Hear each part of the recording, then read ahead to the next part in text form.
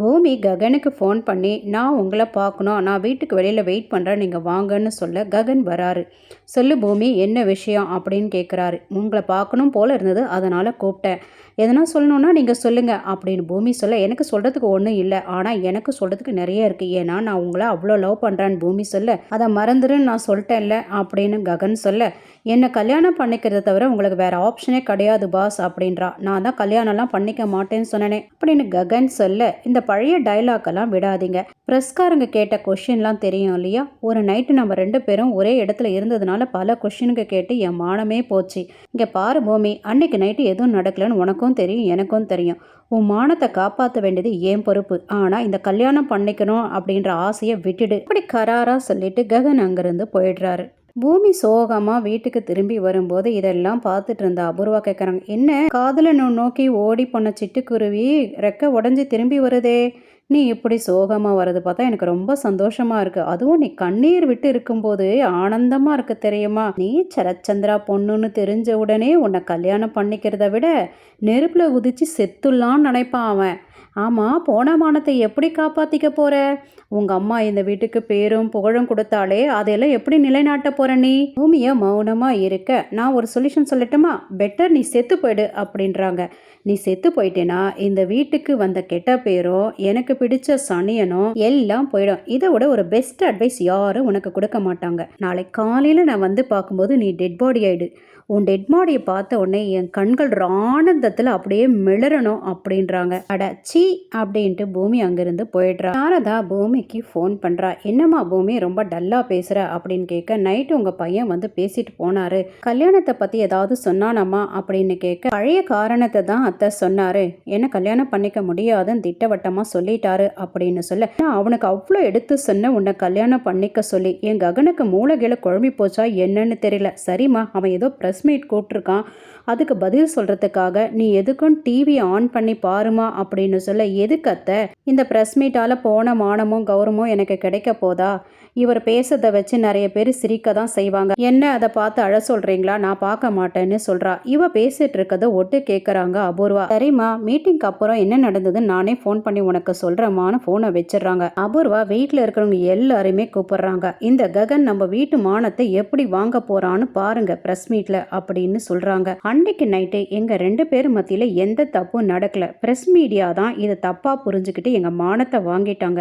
எங்கள் 2 பேருக்குள்ள ஒரு நல்ல நட்பு இருந்துச்சு. நான் அவளை காதலிக்கும் போது சரச்சந்திரா பொண்ணுன்னு தெரியாது, அவளுக்கும் அவர் தான் அப்பான்னு தெரியாது. எங்கள் 2 பேரும் மத்தியிலையும் நல்ல ஸ்நேகம் நல்ல நட்பு இருந்தது. அது மேலே ஆணையாக சொல்கிறேன், 2 பேர் மத்தியில் எந்த தப்பும் நடக்கல. என் அம்மா மேலே சத்தியமாக சொல்கிறேன், அன்னைக்கு நைட்டு எங்கள் 2 பேருக்குள்ள எந்த தப்பும் நடக்கல. எல்லாரையும் என்னால் நம்ப வைக்க முடியாது. அதுக்கு ப்ரெஸ் மீட்டுக்காரங்க, இதுக்கு என்னதான் சார் சொல்யூஷன் அப்படின்னு கேட்க, இதுக்கு ஒரே சொல்யூஷன், ஊர்வாயெல்லாம் அடைக்கணும்னா நான் பூமியை கல்யாணம் பண்ணிக்கணும். ஒரு சாதாரண மனுஷனோட பொண்ணா பூமி இருந்தா அவளை கல்யாணம் பண்ணிக்கிறதுல எனக்கு எந்த ஆட்சேபனும் கிடையாது. ஆனால் அவள் என் எதிரியோட பொண்ணு, எப்படி என்னை கல்யாணம் பண்ணிக்க சொல்றீங்கன்னு கேட்குறாரு. பூமி அழுதுகிட்டே இதெல்லாம் பார்த்துக்கிட்டு இருக்கா. பூமி அழுவதை பார்த்து அபூர்வா சிரிச்சுக்கிட்டு இருக்கா. பூமியோட மரியாதையை காப்பாற்றணுன்றதுக்காக நான் பூமியை கல்யாணம் பண்ணிக்கிறேன்னு ஃபைனலாக சொல்லிடுறாரு. இதை கேட்டு எல்லாருக்கும் ஷாக்கு, சில பேருக்கும் சந்தோஷம். அபூர்வா தனியாக வந்து ரொம்ப டென்ஷனோட நின்றுட்டு இருக்கும்போது பூமி ஸ்வீட்டோட வரா. சித்தி ஸ்வீட் எடுத்துக்கங்க, கல்யாணம் பேசி முடிச்சிருக்காங்கல்ல அப்படின்னு சொல்ல தட்டி விட்டுறாங்க ஸ்வீட் பாக்ஸை. நைட் என்னவோ நீ என்ன செத்து போயிடுன்னு சொல்ற, அவர் என்னவோ என் கூட வாழணும்னு சொல்லியிருக்காரு. செத்து போறதை விட நான் வாழறது நல்லது இல்லையா? இப்போதைக்கு உன் பேச்சை விட நான் அவர் பேச்சை தான் கேட்பேன் அப்படின்னு சொல்றா. அடியே, நான் இருக்கிற வரலும் அது நடக்காதுடி அப்படின்னு அபூர்வா சொல்ல, இங்க பாருங்க சித்தி, நீங்க பேசுறது எப்படி இருக்கு தெரியுமா? செத்து போன ஆடு மேன்னு கத்துன மாதிரி இருக்கு. எங்க கல்யாண அனௌன்ஸ்மெண்ட் கேட்ட உடனே உங்களுக்கு செத்து போயிடலான்னு தோணி இருக்கும் இல்லையா? அப்ப நீ செத்து போயிடுச்சு தீன்றா. நீ பண்ற ஒவ்வொரு கெட்ட விஷயமும் எனக்கு நல்லதாவே முடியுது. என்னை கடத்தி கொன்னுடலான்னு நீ பிளான் போட்ட, அதனால என்னோட கல்யாணம் நடக்க போகுது. இதனால உனக்கு ரொம்ப தேங்க்ஸ் அப்படின்னு நக்கலா சொல்லிட்டு போயிடுறா. பூமி சாரதாக்கு ஃபோன் பண்ணி கேட்குறா, அவர் இருக்காரா, நான் அவர்கிட்ட பேசணும் அப்படின்னு சொல்றா. இருக்காமா, வா அப்படின்னு உடனே வரா. செர்ரி கிட்ட நீ அப்பாவை பார்த்துக்கோ, நான் ககன் வீட்டு வரலும் போயிட்டு வரேன்னு சொல்லிட்டு பூமி வரா. செர்ரி போய் உட்காந்து பார்த்துக்கிட்டு இருக்காரு. அவருக்கு ஏதோ ஃபோன் வரதுனால எந்திரிச்சு போய் பேசிகிட்டு இருக்கும்போது ஒரு ரவுடி பையன் உள்ளே வந்து சரத்சந்திராவை கொல்றதுக்காக ட்ரை பண்ணுறான். செர்ரி பார்த்துட்டு யாருடா நீ அப்படின்னு துரத்திட்டு வர வீட்டில் இருக்கவங்க எல்லாரையுமே வந்து தள்ளி விட்டுட்டு ஓடி வரான். சேம் டைம் நயனி அபூர்வா வீட்டுக்கு வராங்க. அந்த நேரம் இந்த ரவுடி வந்த உடனே நயனி பிடிச்சிடுறாங்க. அபூர்வாக்கு செர்ரி நடந்தது எல்லாம் சொல்கிறாங்க. அபூர்வா போலீஸ் ஸ்டேஷன் போகிறாங்க. அங்கே நயனி பயங்கரமாக அவனை அடித்து சொல்லுடா யார் உன்னை சொல்ல சொன்னது அப்படின்னு கேட்டுட்டு இருக்காங்க. பூமி ரொம்ப ஆவலோட வீட்டுக்கு வரா. அவளை தடுத்து நிறுத்தி பேசுகிறா பூரி. அதுக்கப்புறம் சாரதா எனக்கு பிடிச்ச பாயாசத்தை செஞ்சு கொடுத்துட்டு அப்புறம் நீ போய் ககனை பாரு அப்படின்றாங்க. ஏ பூரி மேலே போய் அண்ணனுக்கு என்ன ஸ்வீட் வேணும்னு கேட்டு தெரிஞ்சுட்டு வா அப்படின்னு சாரதா சொல்ல நானே போகிறேன் அத்தன்னு ஓடி போகிறா மேலே பூமி.